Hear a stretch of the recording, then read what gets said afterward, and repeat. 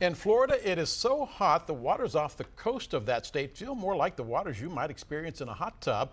And that is increasing concerns about the upcoming hurricane season. Our national correspondent Dan Grossman is in Key Largo. Dan, we know these warm weather and the waters especially make the storms grow, and it makes them grow fast. What does this mean for the millions of people where you are that are sitting in the paths of those storms?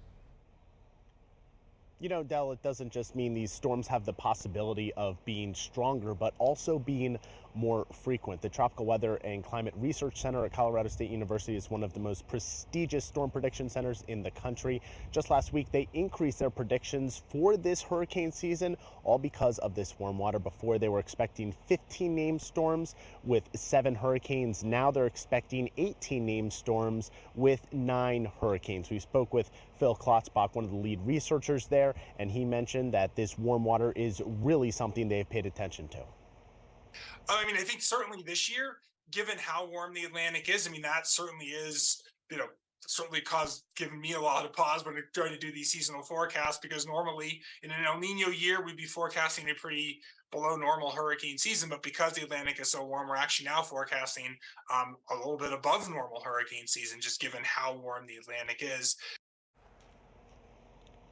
So how warm is this water that we're talking about? Well, typically right here near Key Largo, around this time of the year, it's typically around 88 degrees. Recent measurements that were measured just a few hours ago show it is just above 94 degrees. The big reason for that is the trade winds. Those are the winds that blow through near the equator. They are much more mild this year. Imagine those winds as kind of a churning effect that allows the colder water from underneath the ocean surface to come up, mix with that warmer water on top that has been baking under that sun, and it kind of regulates it in a sense. But because those trade winds have been so low this year, it has meant that sun baking water up top has stayed there with very little cooling effect, and it has made the water that much warmer. Doesn't sound like a big difference, those few degrees, to you or I, but to researchers like Phil, it has a substantial impact. Oh, 1 degree Celsius, 2 degrees Fahrenheit, what does that matter? But that's huge differences in the atmospheric circulation, and also big differences in kind of how much fuel there is for the storm. So it does make big differences in how the atmosphere then responds. And that's obviously critical for what happens with the hurricanes.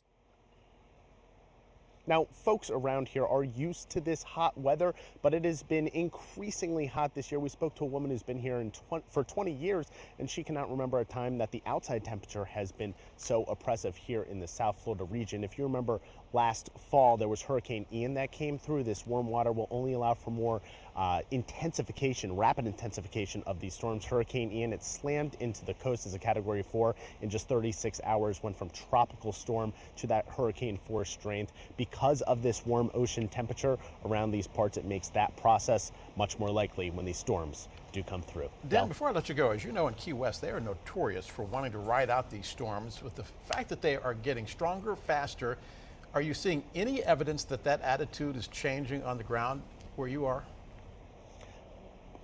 No, we have not. I lived down here for 2 years, and I can tell you that, as you mentioned, that is a big thing that people hang their hat on around here, is the ability to ride out these storms. So while we haven't heard much about this warm water and how that might affect storms this season, once those storms are in the center of the focus, as we get into the heart of hurricane season, that does tend to change. And I can tell you from being at Hurricane Ian last year, many people said that they learned their lesson when they tried to ride out that storm, but realized just how powerful it truly was. Everybody always thinks it can happen someplace else. Dan Grossman for us in Key Largo. Dan, thank you very much.